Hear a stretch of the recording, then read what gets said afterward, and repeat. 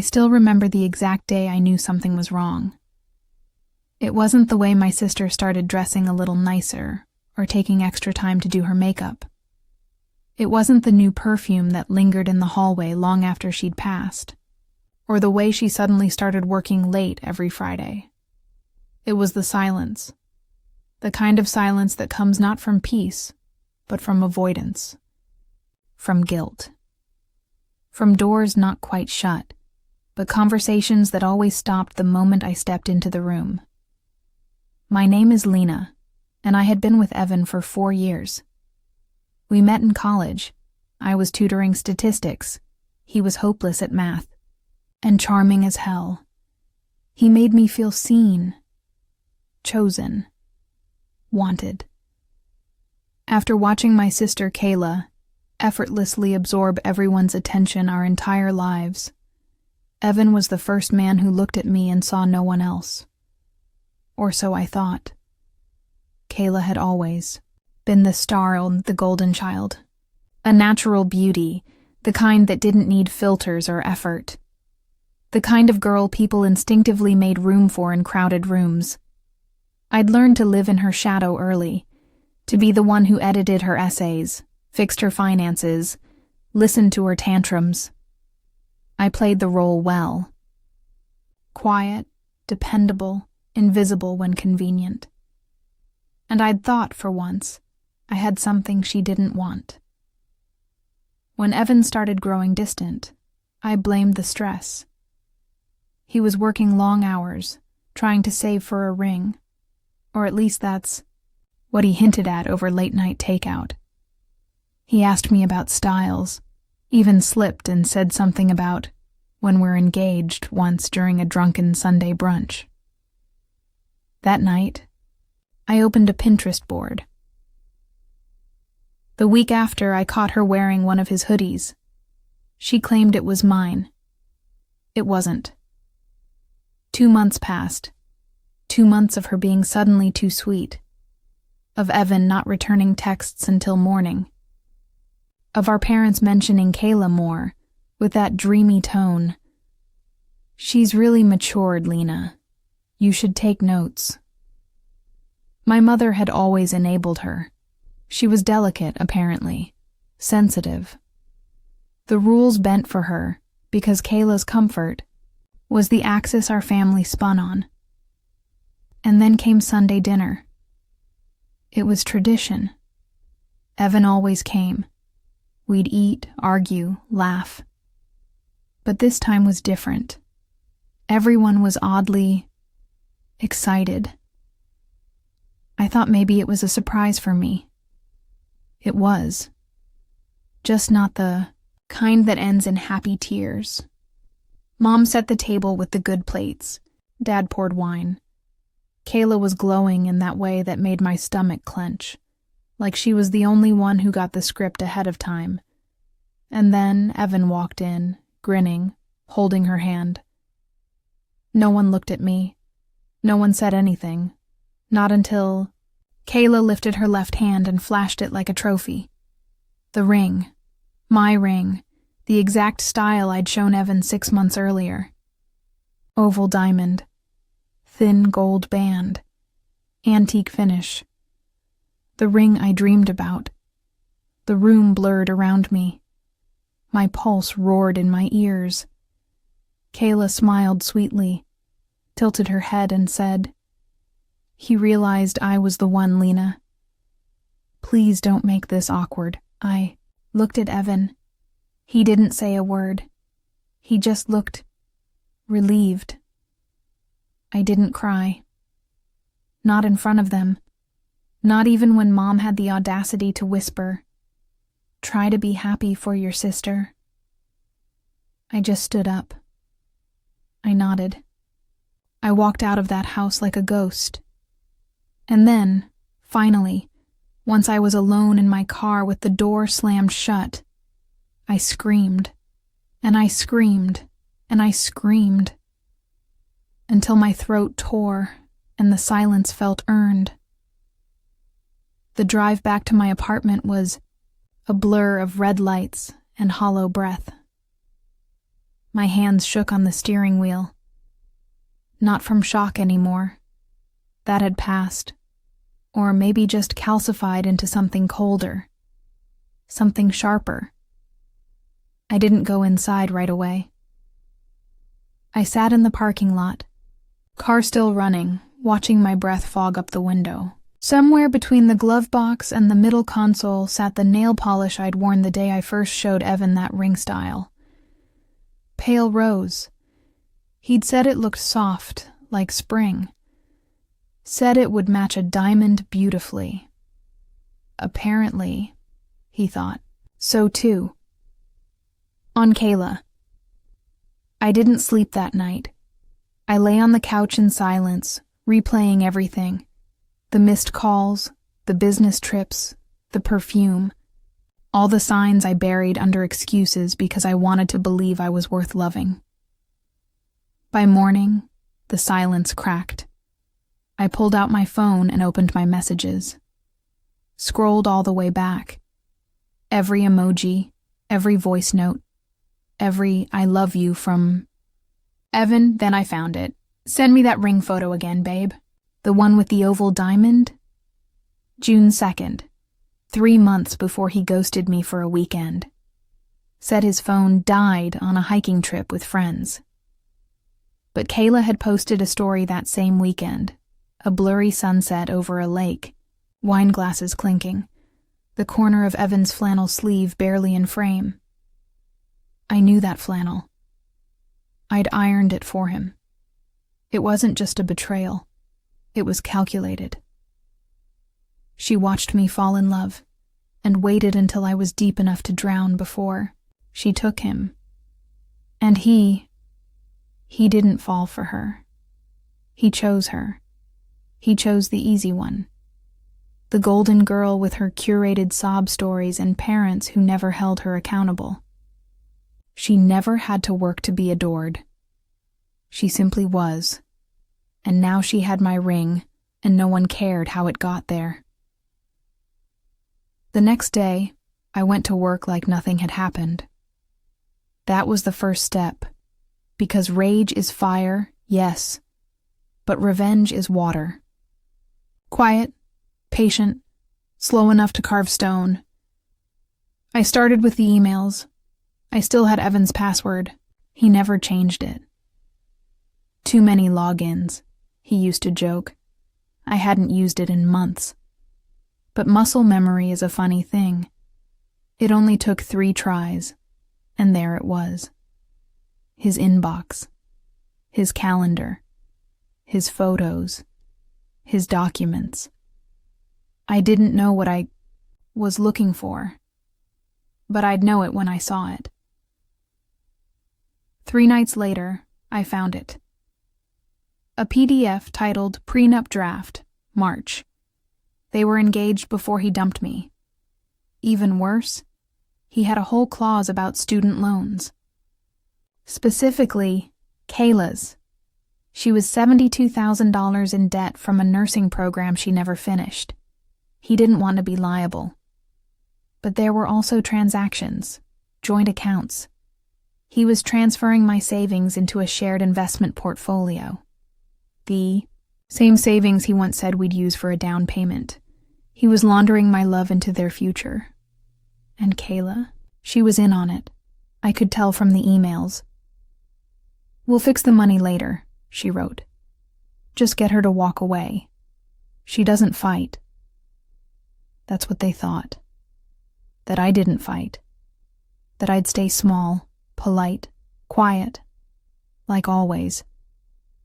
But they forgot something. I don't fight loud. I fight smart. 2 weeks passed.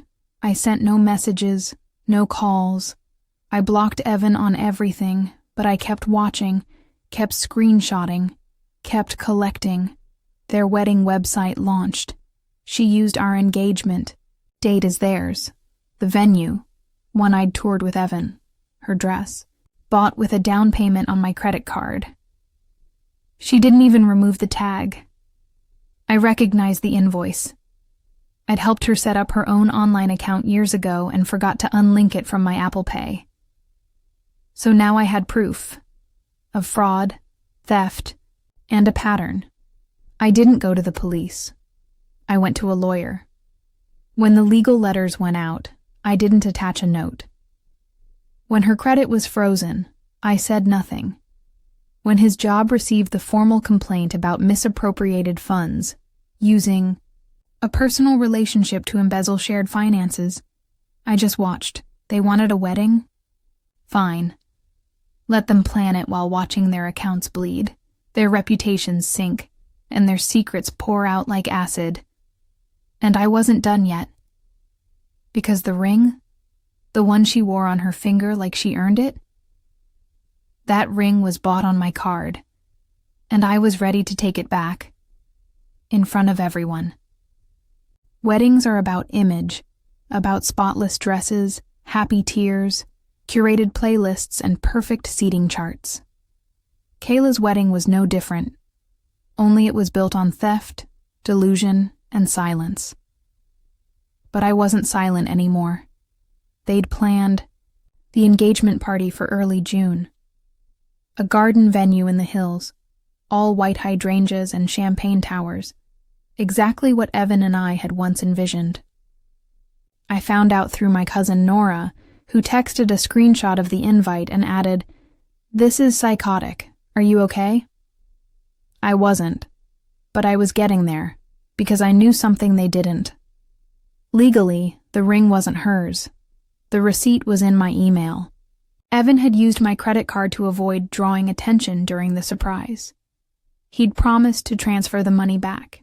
He never did. The total? $7,329, plus tax. I'd also kept the chat thread where he asked, "Can you keep this a secret until I'm ready? Kayla can't know yet." Well, now everyone would know.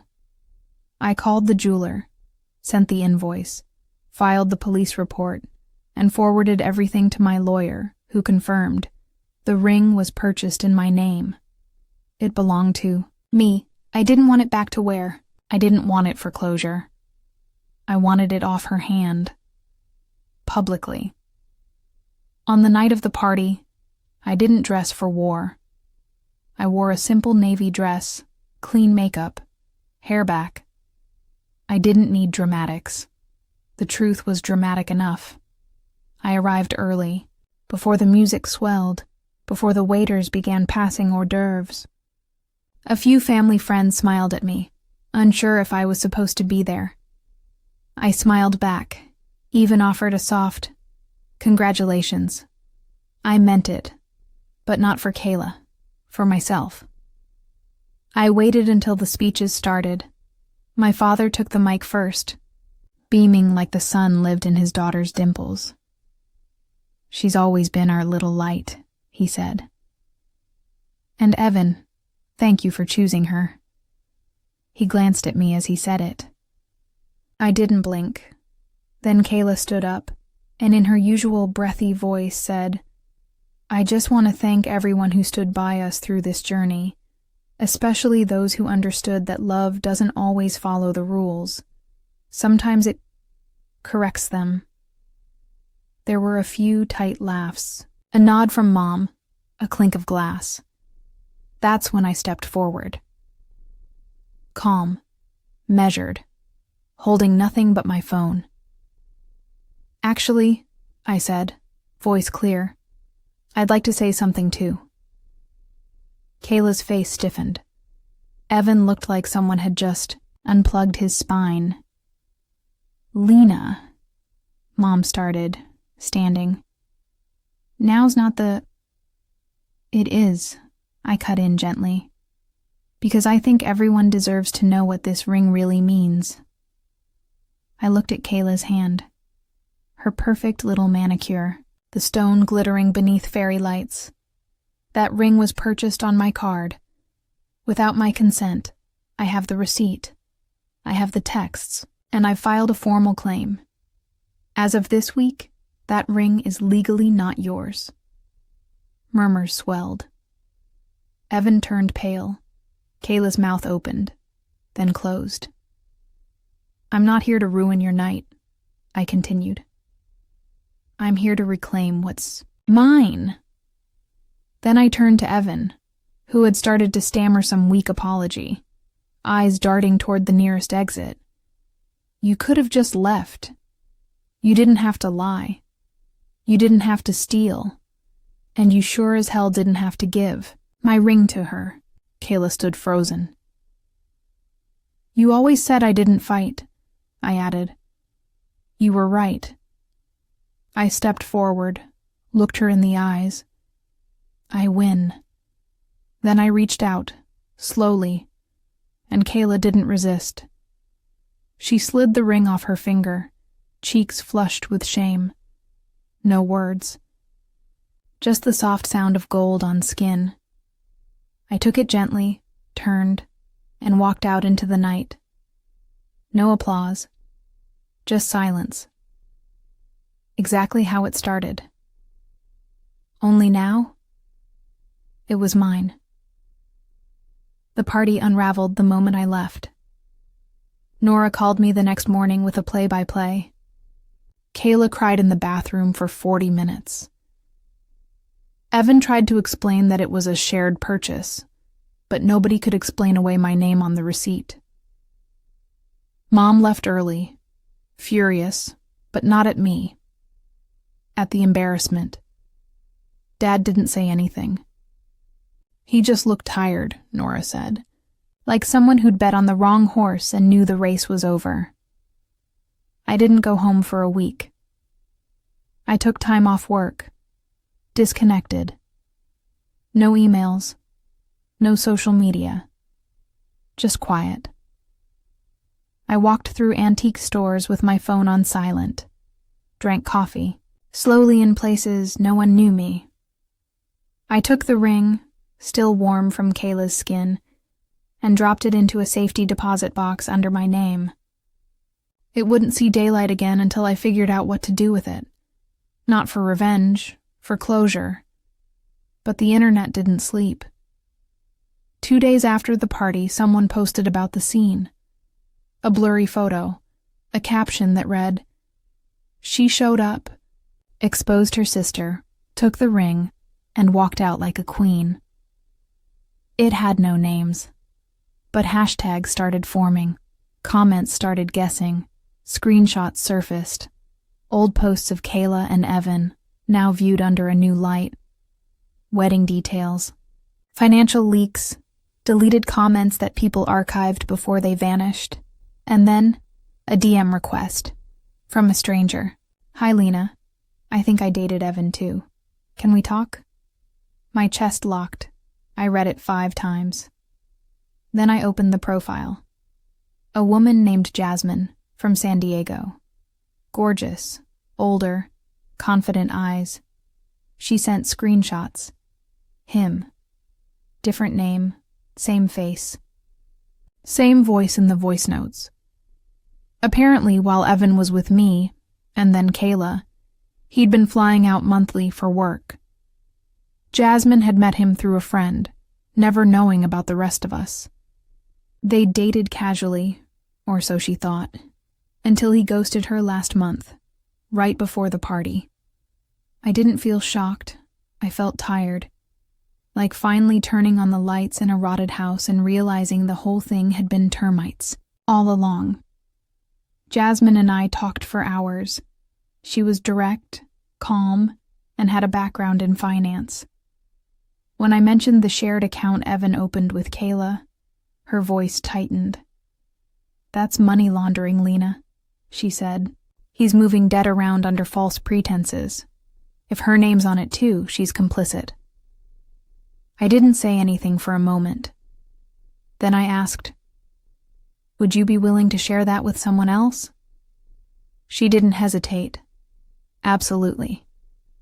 That night, I sent everything to my lawyer. By now, I wasn't angry, not like before. It was cleaner now, sharper. I didn't want them to cry or apologize or beg. I wanted them to watch as the world stopped believing their version of the story. Kayla called me 4 days later, I let it ring twice, then picked up. Her voice was small, shaky. Lena, I wanted to talk. Go ahead. She paused. You humiliated me. You stole from me. I didn't know he used your card. Yes, you did, I said flatly. You always knew. You just thought I wouldn't do anything. Silence. I didn't mean for it to happen this way. I laughed, quiet and bitter. You mean you didn't mean to get caught?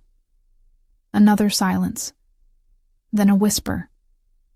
Can we fix this? I blinked. She still didn't get it. There's nothing left to fix. Kayla, you didn't just take him. You took my trust. And for what? A man who lied to you while lying to me? Her breath caught. I could almost hear her crumble. You deserve each other, I added, and everything that comes with that. Then I hung up. She texted later that night. A photo of the ring box. Empty. No caption. No reply. The message came 3 days after I hung up on Kayla. This time, from Evan. Evan. Can we talk? Just the two of us? I didn't respond. 5 hours later, another message came through. Evan, I didn't mean to hurt you. Everything just got complicated. Then, you were always the better one. I stared at that last line for a long time. Not because I believed it, but because it was exactly the kind of breadcrumb he always dropped when he was cornered. Sweet, vague, harmless sounding, but never accountable. Didn't answer. Not because I wasn't angry, but because I wasn't surprised. By now, he knew the fallout had begun. The jeweler was requesting the ring's return. The bank had frozen one of the joint accounts he opened with Kayla. Jasmine was in contact with legal support. And someone, probably someone close, had leaked Evan's messages to a small Reddit thread that was now exploding. Title: My sister's fiancé proposed with her ex's ring. She didn't even buy it. 10K upvotes. Thousands of comments. People weren't just watching the story. They were picking sides. And it wasn't hers. I didn't speak. I didn't post. I didn't defend myself. And for the first time in my life, I didn't have to. Others were doing it for me. Friends I hadn't heard from in months texted me apologies. Former classmates, women who had once rolled their eyes at Kayla's drama, sent me screenshots and old memories that cast things in new light. Even Aunt Meredith, my mom's sharp-tongued sister, messaged me. Finally, someone put that girl in her place. I still hadn't told my parents. But the silence didn't last. One night, while I was refilling my water pitcher, the doorbell rang. I opened it and found my mother. She looked tired. Her hair pulled back, no makeup. Not the version she usually offered to the world. She held a Tupperware dish. Lasagna, she said awkwardly. You used to like it. I still do, I replied, but I didn't move. She hesitated. May I come in? I let her. She sat on the edge of my sofa like she wasn't sure it would hold her weight, like it might collapse under the truth she wasn't ready to admit. She didn't mention the ring, or Kayla, or the party. She just asked, "Are you okay?" I studied her. This woman who raised me to shrink when others needed space, who taught me that being good meant being silent, who always believed Kayla's tears more than my exhaustion, and for the first time in years, I answered honestly, "No, but I'm getting there." She nodded slowly. We sat in silence for a long time before she finally said, She told me she didn't know about the card. I didn't respond. She lied, my mom added after a beat. I saw the receipts. I turned to her, cautious. And I should have seen it earlier. The apology wasn't loud, but it was real. A seed planted. Not forgiveness, but a beginning. After she left, I stood at the window and watched her car disappear down the street. Then I sat at my desk and opened a folder I'd kept hidden for years. A collection of journal notes, sketches, branding ideas, things I never had the confidence to pursue while I was busy cleaning up other people's messes. I opened a blank document, and I started writing. The story of the girl who watched her sister steal her life and took it back piece by piece. Not for revenge, not for them, for me. I didn't set out to go viral. I just needed to tell the truth. Finally, fully, without sugarcoating the parts that made people uncomfortable. So I wrote it all. The betrayal, the ring, the silence, the slow unraveling of trust disguised as family. I changed names, of course, but anyone who knew, knew. I titled the essay, "The Ring Was Mine, So Was the Silence." I posted it anonymously at first, on a blog platform I hadn't touched since college. No photos, no hashtags. Just the raw truth of what it feels like when your sister takes your fiancé, and your family calls it moving on. The post had 200 views by the next morning, then 2,000, then 48,000 by the end of the week. People didn't just read it. They clung to it. This isn't just a story. This is my story too. My sister stole my scholarship. Everyone believed her. He gave my best friend the necklace he bought for me. My inbox flooded with women, and a few men, strangers. Friends of friends, people I hadn't seen since high school. They weren't looking for gossip. They were looking for validation. That betrayal isn't always explosive. Sometimes it's subtle, familial, smiled through. Sometimes it's served at the dinner table on your mother's good china. Within 2 weeks, a small publisher reached out. An editor named Celia wrote, "Your story is razor-sharp and painfully honest. We'd love to work with you if you're open to expanding it." I blinked at the message, rereading it over and over. Not because I didn't believe it, because for the first time in my life, someone was saying you matter, and meaning it. Meanwhile, Kayla was unraveling. People from her life, co-workers, even her former friends, began messaging me, screenshots, deleted posts, passive-aggressive captions. She'd shut down her social media. Word had spread through the wedding vendor circle that her deposits were being quietly canceled. Apparently, someone had sent the jeweler article to the wedding planner. Whoever it was, I never found out. But I didn't stop them. Mom texted me a week later. Just a photo. It was a shot of our fireplace mantel. The old family portrait was gone. In its place was a single frame. Me, at my college graduation. She didn't add any words. She didn't need to. One evening, after finalizing a publishing agreement, I met with Celia for coffee. She was crisp, elegant, and made me feel like I had something powerful inside me that deserved more than just healing. It deserved amplification. "You know," she said, sipping her espresso, "you're not just writing a story." I tilted. "My head. You're reclaiming the narrative, for yourself and everyone who's been told to keep quiet to keep the peace." I sat back and let the words sink in. That night, I opened a new document, title, "When Your Family Betrays You, and You Still Win." Because now, I didn't need to take anything back from Kayla. She'd already lost what mattered most, control of the story, and I was just getting started.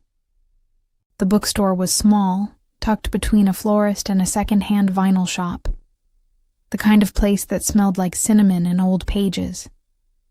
Celia had picked it for my first live reading. It wasn't a full release yet, just an early chapter, from the book I'd been working on. But the RSVP list had filled within hours, and people showed up, not just readers, survivors, quiet, observant women who came alone. Men who said little, but stood in the back and listened. One girl, maybe 19, walked up to me with trembling hands and whispered, "I thought I was crazy, but you made me feel sane again." I held her hand longer than I should have. She cried. So did I. After the event, I sat in the back with Celia, sipping tea, still buzzing with the strange electricity of being seen. That's when Nora texted, "You've got to see what Kayla just posted." I clicked the link. It was a full video, high quality, heavily filtered. Kayla, sitting in a cream knit sweater, soft natural light behind her, mascara accidentally smudged under one eye, looked straight at the camera. The title, "My Truth, What Really Happened Between Me and My Sister." I didn't want to watch it, but I did, because I needed to see how far she'd go. It started innocently. She and I were never close, not really. I tried so hard to include her, but she always felt threatened. Then, I didn't know Evan, and Lena were still together when we started talking. Then the real punch. She made it all public for attention. I think she's hurting and trying to destroy everything I've built. I love my sister, but sometimes love looks like letting go. The fake tear, the dramatic pause. 1,000 comments poured in before I finished watching. Supportive ones, mostly from her curated circle. But others. "Girl, she took the ring back. We all saw it. You literally wore her dream ring and smiled.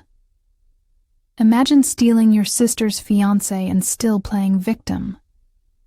I closed the video, not in anger, in clarity. She wasn't defending herself. She was drowning and reaching for anyone to pull under with her. 2 hours later, I got a call. Blocked number. I almost didn't answer, but I did. A male voice. Quiet. Measured. "Miss Hollis?" "Yes?" "This is Detective Berman, Financial Crimes Unit.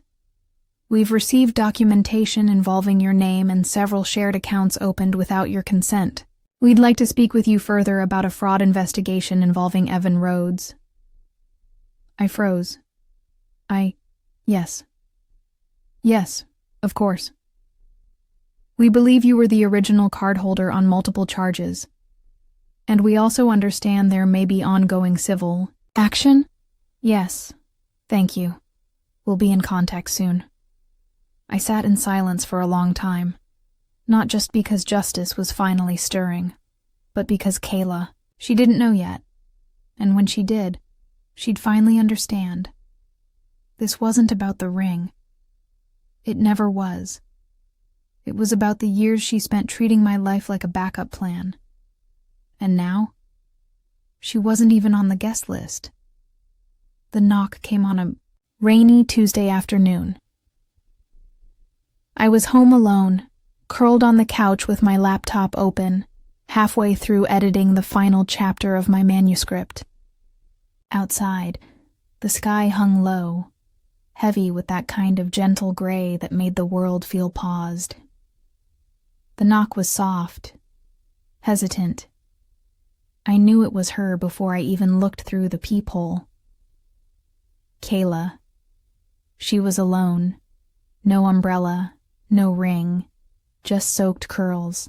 sticking to her cheeks and a wrinkled beige coat clutched tight at the collar. I didn't open the door right away, because I wasn't sure what I owed her anymore. When I finally did, I said nothing. She stood still, blinking through the rain, eyes red. "Can I come in?" she asked quietly. I stepped back, not out of forgiveness, but because I wanted to look her in the eye when this ended. She didn't sit down. She paced, fidgeted, looked around my apartment like it had changed since the last time she saw it. It hadn't. "I didn't come here to fight," she said softly. "Then why did you come?" She opened her mouth, closed it. Then finally she said, "They've frozen everything. My accounts. His too. I got served this morning." She pulled a folded document from her coat and laid it on my coffee table. Civil suit. Fraud. Restitution. She stared at it like it was a weapon. I didn't think they'd go this far. I raised an eyebrow. "No, Kayla. You didn't think I would." She sat down then, hands trembling in her lap. "I thought if I could explain, maybe you'd help." "Help?" I echoed, stunned. Her voice cracked. "You're winning. Everyone loves you now. They hate me. My boss put me on leave. Evan won't answer. Mom barely speaks to me." I let the silence grow thick. Then I asked, "Do you know why they hate you?" Her eyes welled. "It's not because of the ring," I said. "It's not even Evan. It's because you never once admitted what you did. Not fully. Not with remorse. Not when it mattered." She looked away. "I loved him," she whispered.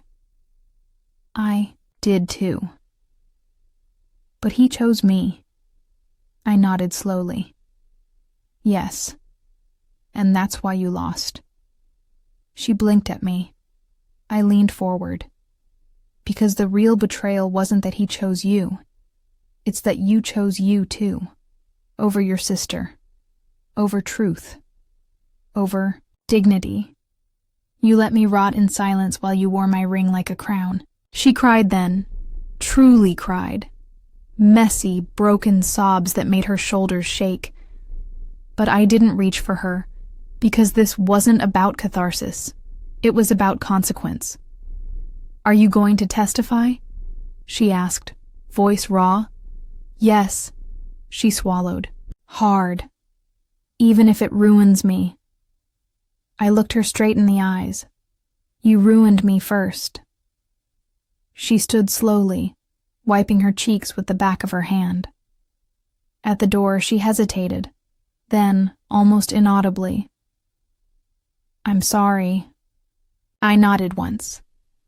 Not in forgiveness, but in acknowledgement. Because maybe she meant it. Maybe not. Either way, it changed nothing. That night, I finished the manuscript. 3 weeks later, the publishing deal was official. 2 months after that, the book hit shelves under my full name. The Ring Was Mine. By Lena Hollis.